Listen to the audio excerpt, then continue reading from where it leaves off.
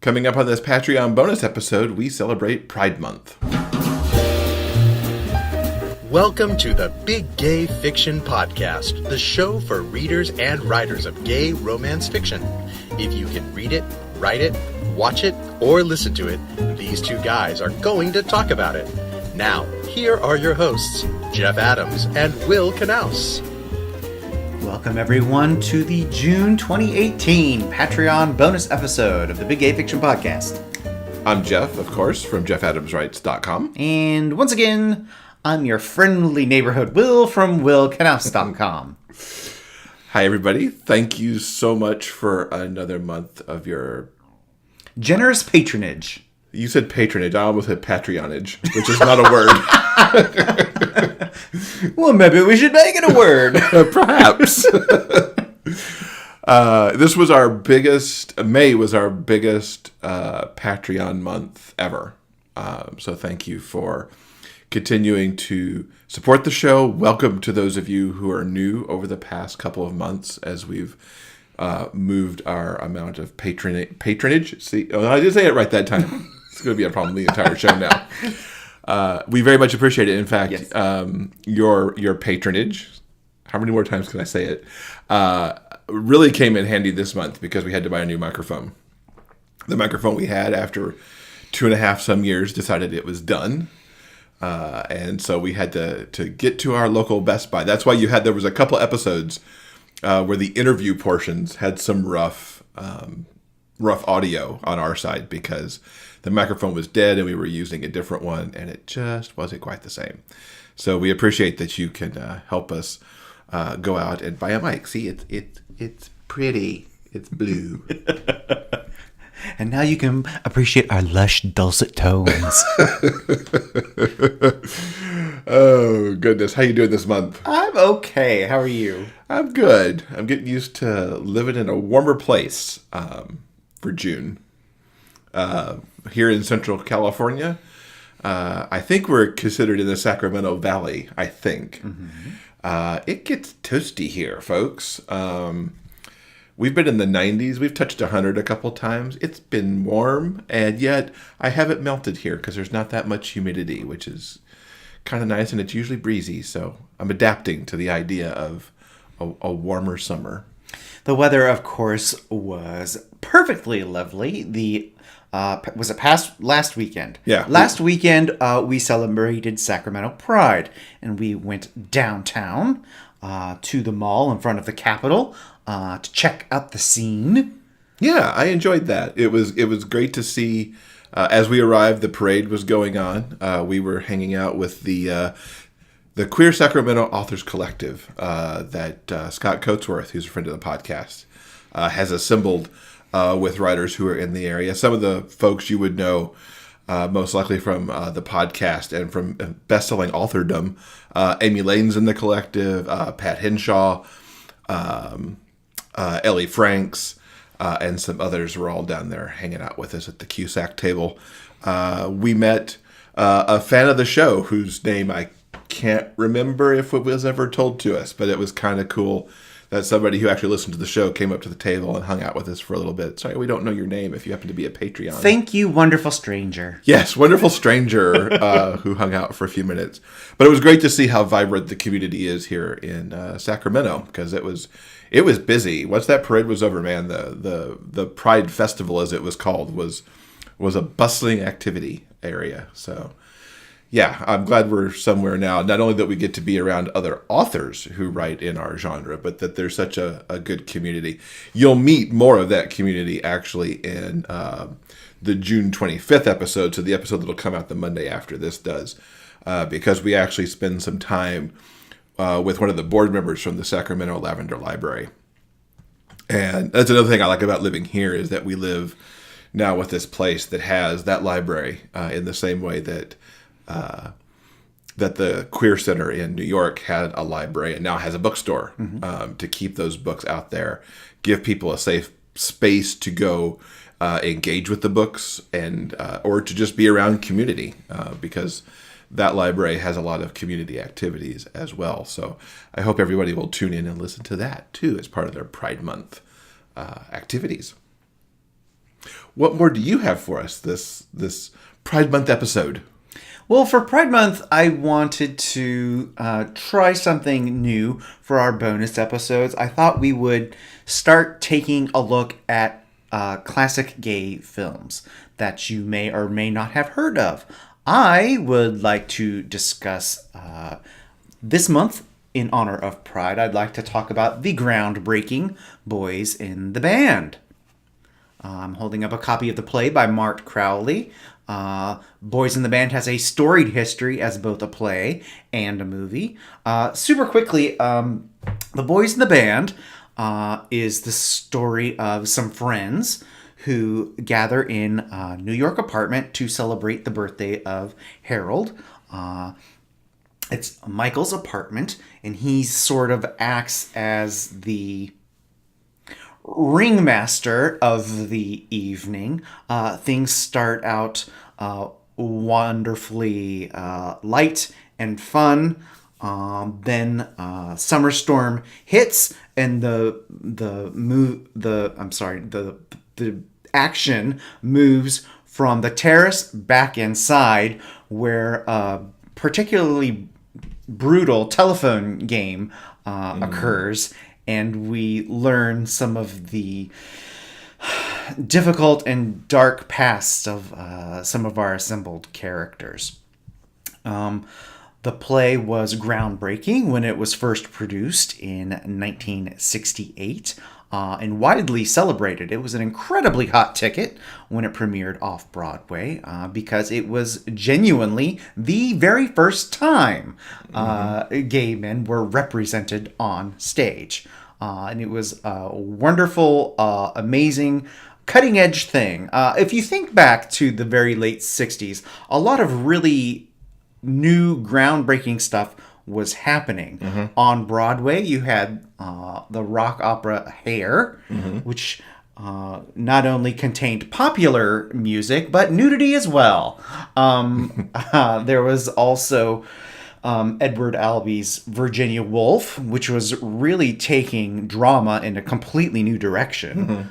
So things were really changing around that time, and I think Boys in the Band is intricately interwoven into theater history as part of that change that was going on in the very late 60s.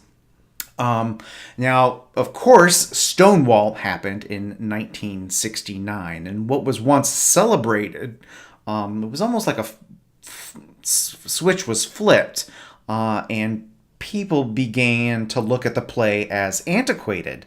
And because some of the portrayals of gay men aren't particularly positive, we'll circle back around to that opinion in just a few moments. So the play and the movie itself has had a tumultuous history, especially within the gay community. Now, the play was still a ginormous hit for the playwright Mark Crowley, and he was eager to get it produced for cinema. Mart had a history in Hollywood, and he was able to get some very powerful friends to help finance the production of the movie version of Boys in the Band, which in itself was also incredibly groundbreaking when it was released in 1970. For obvious reasons, gays on the big screen say, "What?" It was a really freaking big deal. Well, I think more so because no one dies in this movie. No, nobody dies. The gays don't die. Nope, they don't. What's really exceptional about this movie is that Mart, who also produced and wrote the screenplay, he was able to work out a deal so that everyone who appeared in the off-Broadway production also would appear in the movie version. So I think the movie itself is actually, not only is it a good movie in and of itself, but I also think it's really important because it's able to capture the performances of those actors who originated the roles on stage. So I think both the histories of the movie and the play itself are both also intricately interwoven. So Boys in the Band came out in 1970. I like the movie. I think it's really great. There was actually a documentary about all the fuss and hubbub about the play and the movie. It was called Making the Boys. It came out in 2008 for the 40th anniversary of the play.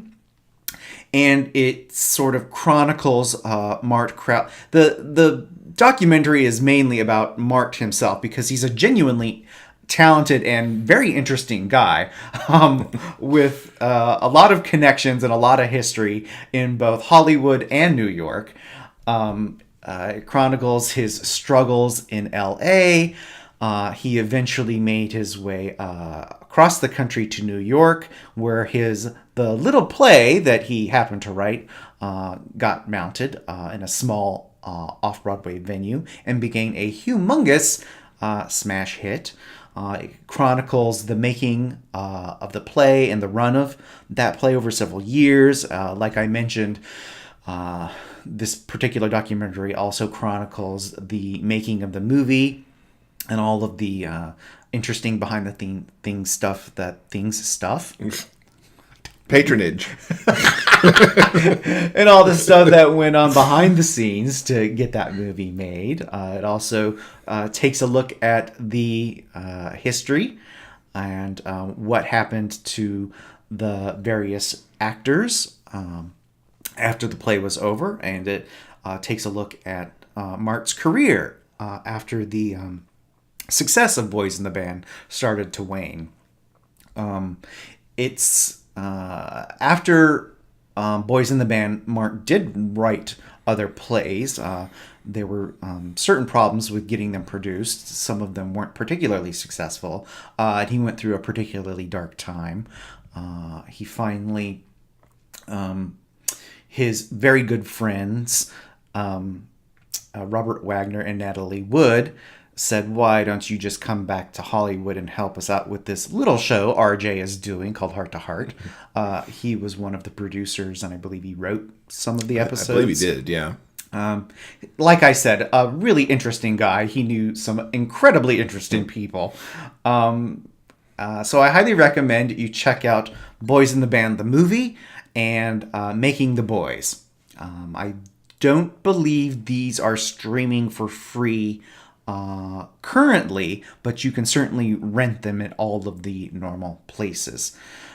We are very much looking forward to heading to New York very soon, and we will be happily sitting in the theater for the 50th anniversary mounting of The Boys in the Band. It's actually going to be the very first time that the play has made it to Broadway. Yeah. And with a bonkers bananas cast. I mean, it was a big deal back in the play's original run that Lawrence Luckinbill, who was a known star at the time, agreed to be in the film or in the play, and then in the film as well.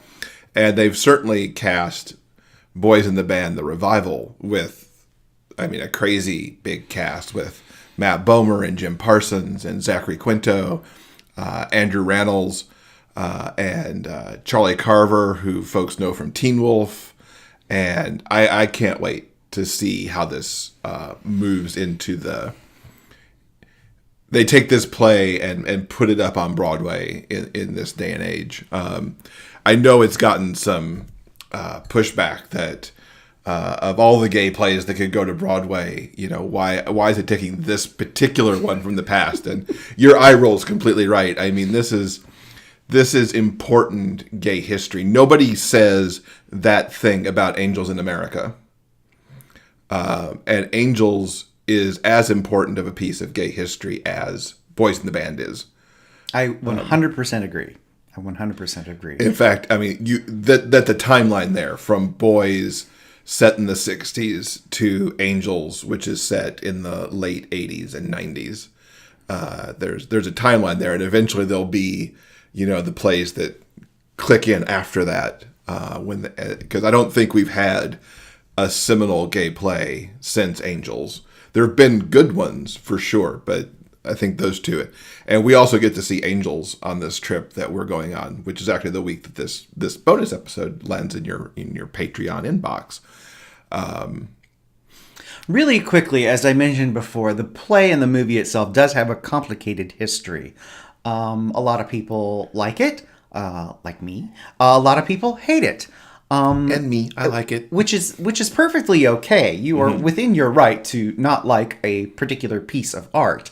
And I'm not going to try and stand on my particular soapbox and try and change your mind.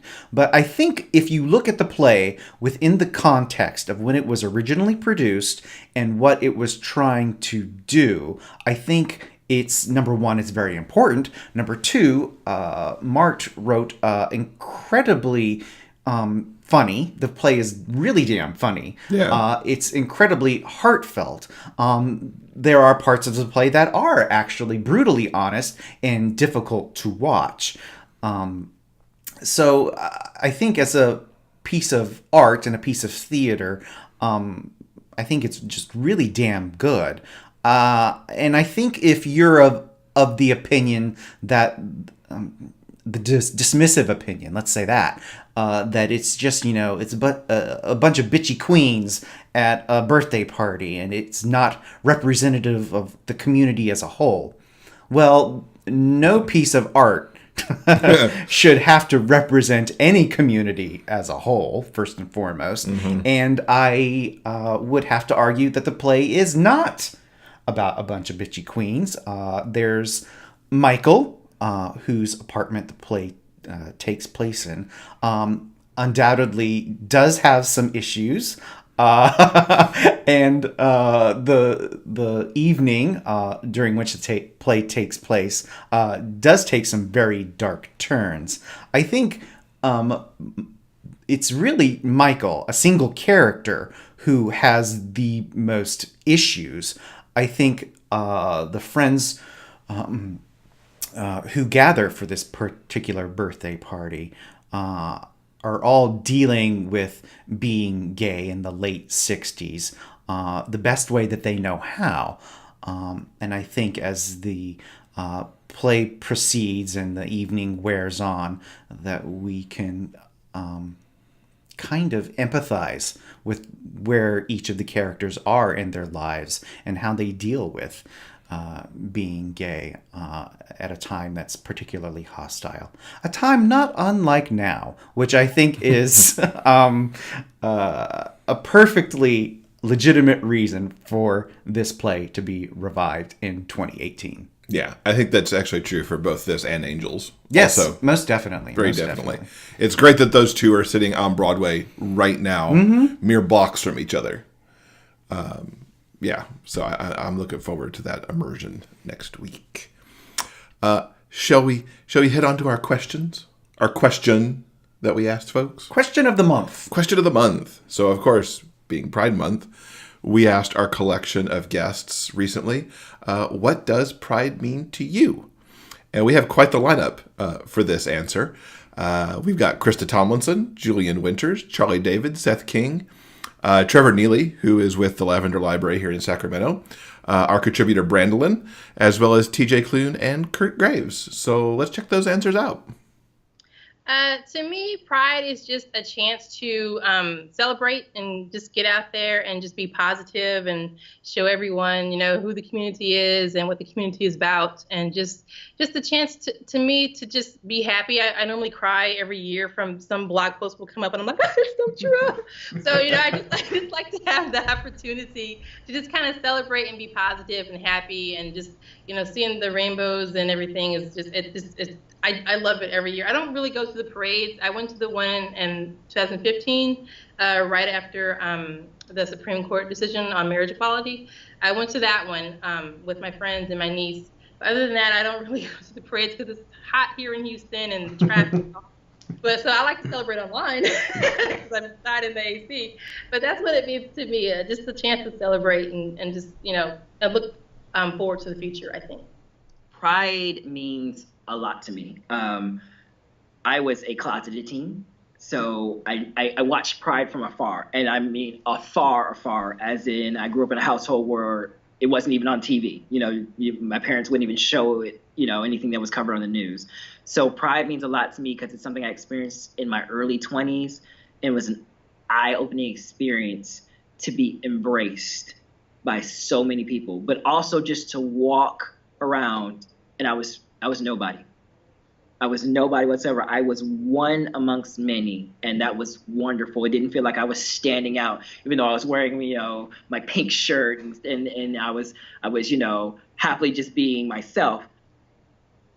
I was comforted in knowing that I was just one of many, and that's such a wonderful thing. But Pride also means to me not just something that, we celebrate 1 month out of the year, but it's something that we celebrate all the time. It's just louder during during the month of June. It's so much bigger from a standpoint of coverage. It's bigger from a standpoint of how many people are out there celebrating. It's not just celebrated by, the LGBTQ community. It's celebrated by many, and I love that. But it's also us standing out and saying, hey, we have a reason that we're here. We're fighting for it all the time, and this is our chance to celebrate our fight. Because it's 1 month of Pride and then 11 more months of still fighting that fight to be recognized, to be accepted, to be loved. So it's a huge thing for me, and I really hope that more people get to embrace it sooner than I did. Because I think it's a healing experience to be around so many people like you and knowing, hey, I matter. Pride to me in 2018 means vigilance. I think that we're at a point where we need to educate ourselves and each other on the historical struggle that LGBTQ Two-Spirit people have had, and make sure that we are protecting our rights and each other moving forward. Because the world is at a strange place, I'll say that, and even country to country. I was at a Brazilian film last night and had a chat with the filmmakers after, and their country has gone from democracy is kind of a thing of the past from the past 2 years, and I think even in a place like that, people don't necessarily know about it. So I think we need to continue to stop being so insular, I would say largely in North America, and continue to look outwards. So the rights and freedoms that we fought really hard for here, yes, let's celebrate those because they've been, hard won, but also expand our view to our brothers and sisters around the world and the struggle that they're still facing, and try to bring the joy, the optimism, the love that's possible through Pride globally. Pride, number one, is something I was not able to feel until a few years ago. I was from a religious, conservative, Southern background, and I have still not really been to a whole full Pride Fest because I was afraid until a few years ago. I never would have gone. My whole life I was taught that those are homosexuality is something to run from or to be ashamed of or to hide from. So for me, it's something that literally was impossible until recently, until I got away from the mindset that I've been taught. So to me, it means something I've worked a long time to achieve, and something I hope we maintain. Society, to a lot of people, feels like it's going backwards, and we're sliding back. And Pride to me is being proud of what you are and maintaining that pride in what you are, so that the kids younger than you and the kids watching you can look at you and say, like, maybe one day I won't be so miserable and it can get better, and I can be out there on that sidewalk waving that flag one day in June. Pride means so much to me. I think pride means the ability to be oneself or explore oneself freely in community, in an empowering way that pushes back against the systemic oppression that maybe one faces.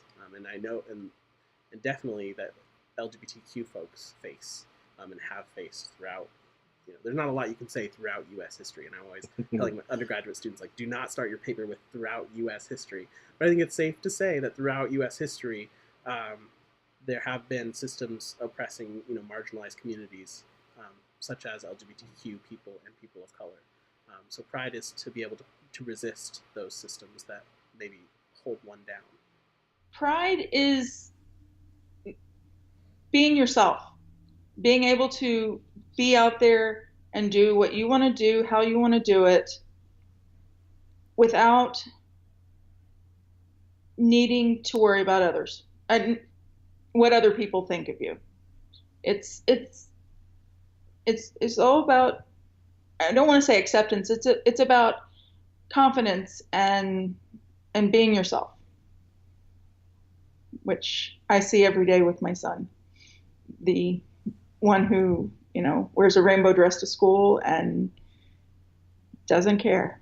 And that's, for me, that's what's important, is that people can go out and be themselves.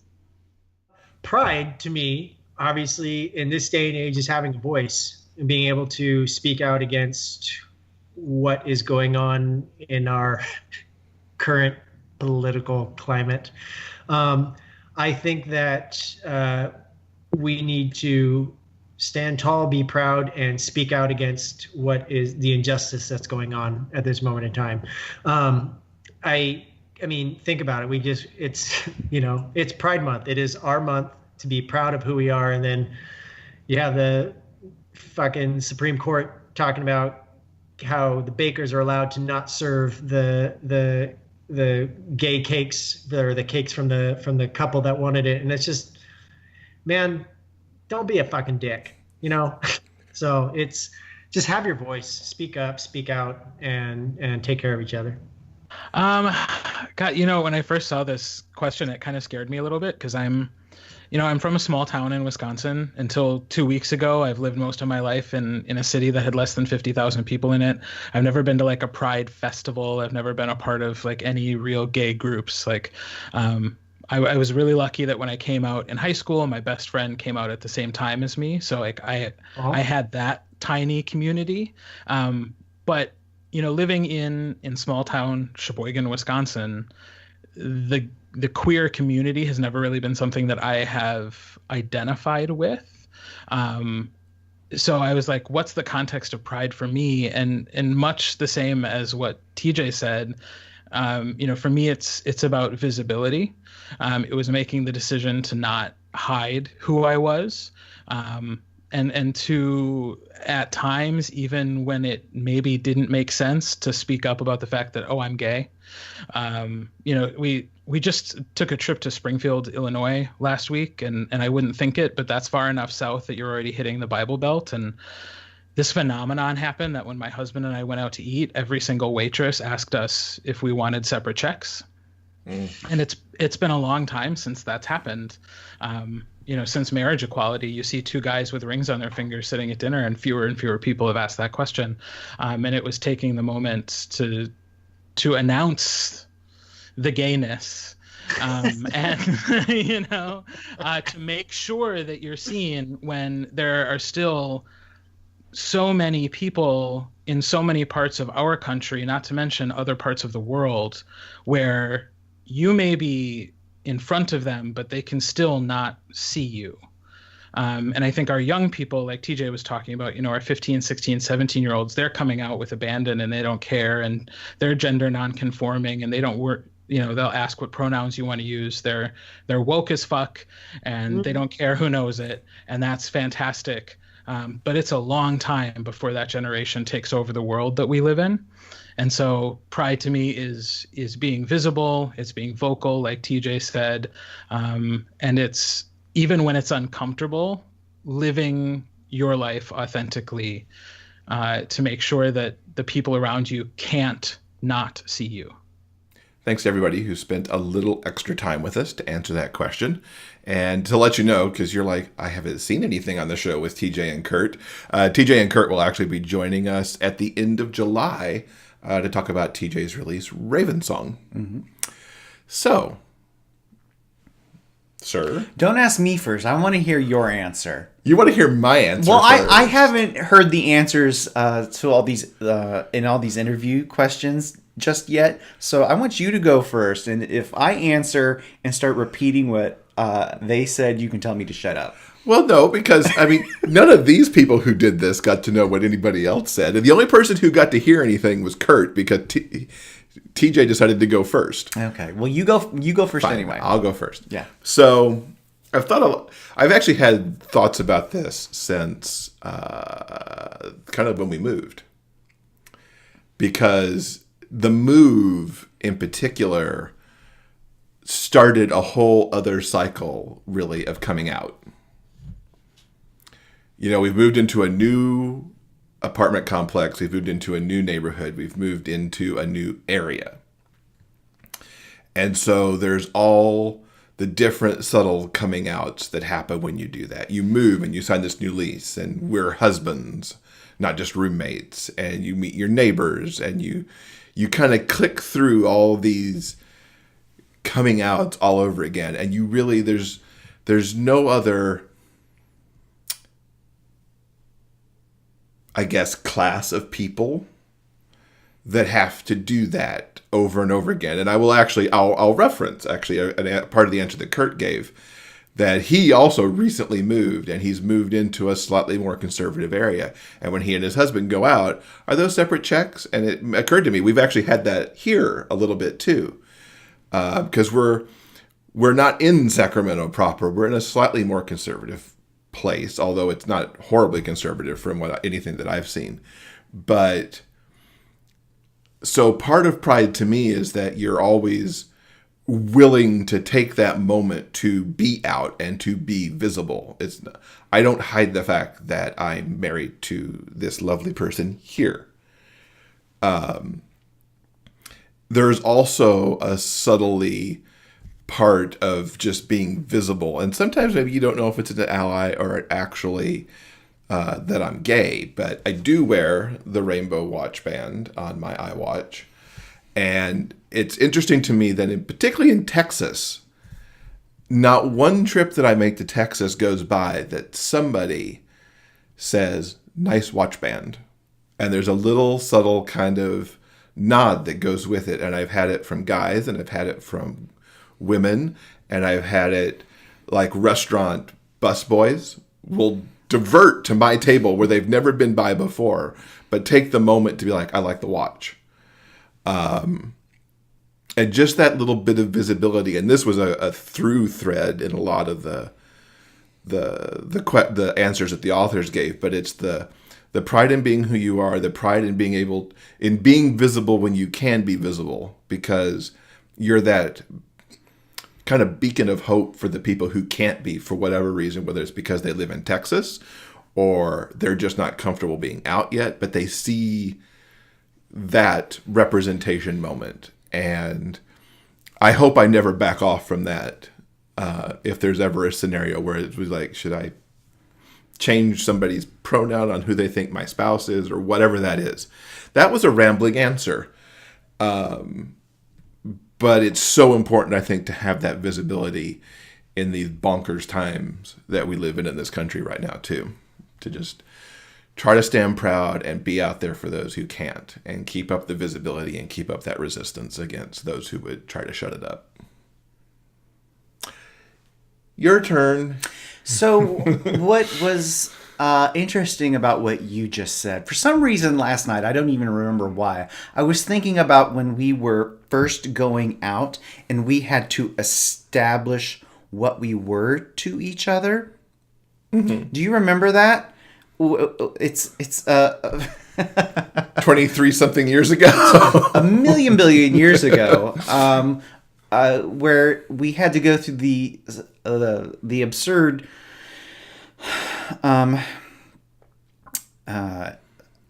thinking back on it, it just seems so silly and so ridiculous that we had to actually kind of sit and think about, when we introduce ourselves to one another, like you just mentioned, like moving to a new place. I have a totally different viewpoint on that. But Yeah, back then you had to think about, do I call this person my lover or my partner or, something equally, kind of nebulous or generic or that sort of thing. As I recall, when we started going out, we went with boyfriend. Well, yeah, Yeah. because And I think that's appropriate. I think we skipped partner when we had our commitment ceremony, went right to husbands, even though it wasn't legal in '97 at that point. Am I right about that? Did we just go for husbands? I think we were partners within a business context, i.e., when you were for work situations. Well, certainly for health insurance and whatnot, it had to be partner because that's the only designation there was at the time. Yeah. I didn't feel that way at all when we moved, because frankly, I just don't give a fuck anymore. I just don't even care what I don't. I'm old, and I'm frankly too old to deal with anybody's crap. If you have a problem with me being out, well, that is on you. I don't care. I don't care what you think. Ugh, I don't have time for that. I just don't. So what does pride mean to me? I'm going to try and answer this off the cuff. I haven't really had a chance to think about it. I think you obviously kept this question very broad. Mm-hmm. It can be interpreted in a number of ways. I think for me, in the broadest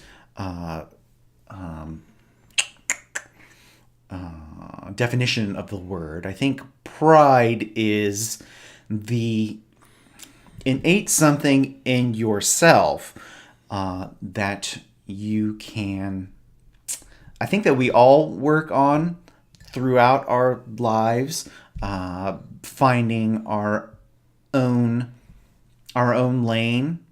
Mm-hmm. Although that sounds restrictive. I think it's it's about the journey and about discovering who you are within the context of your various relationships with either your partner or your family or your coworkers, and finding out what pride means to you in those different relationships.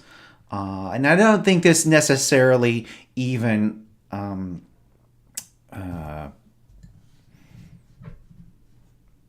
can't think of the word now. I don't think this is limited. The question of pride is even really limited to the LGBTQ community or where you sit on the rainbow spectrum. I think everyone, as I said, has to kind of find it within themselves and kind of learn about yourself. Oh, this is horrible. No. Horrible answer. You're doing fine. Specifically, what does gay pride mean to me? Me personally, I think it is the luxury that I can be myself and not really give a fuck what you think about my sexual preferences. I don't care. It's not an issue for me anymore. And like you were talking about earlier, it's about not everyone has that luxury at certain points in their life, whether it's geography or a family situation where you can't necessarily be as proud or out as you would like to be. So I think it's within each of us. I think we have to consider what pride means to us in each point of our lives. Mm-hmm. 'Cause I think it evolves too. Oh yeah, over time. Yeah. I'm in a much different, because a lot of it, like you, I'm old and fuck you. You know, if you can't deal with it. So I think that'll do it for for this month's Patreon bonus episode. We thank you all so much that we have this core group of like awesome people who like the show enough to keep it going after 100. This is week 141, folks, as you probably know from the Monday episode. It's crazy that 150 is coming up. I think we hit 150 sometime. It's late August, might be Labor Day weekend. Somewhere right in there we'll hit 150. And that's super cool to be there. So yeah, lots of good stuff coming up in July and August. There'll be an update soon to the upcoming guest list if you guys want to ask some questions. And ask questions. We like to hear from you guys. You guys have been kind of quiet lately. So hopefully as we roll into the summer, summer starts, I think, later this week. Summer for us, winter for the Down Under folks. So hope you enjoy is it the solstice or the equinox that's happening? I get confused. Whatever one of those is happening, we hope it's a good one for you this week. For detailed show notes and the complete episode backlist, go to biggayfictionpodcast.com. New episodes are available every Monday on all major podcast distributors and YouTube. Thanks for listening. We'll see you next week.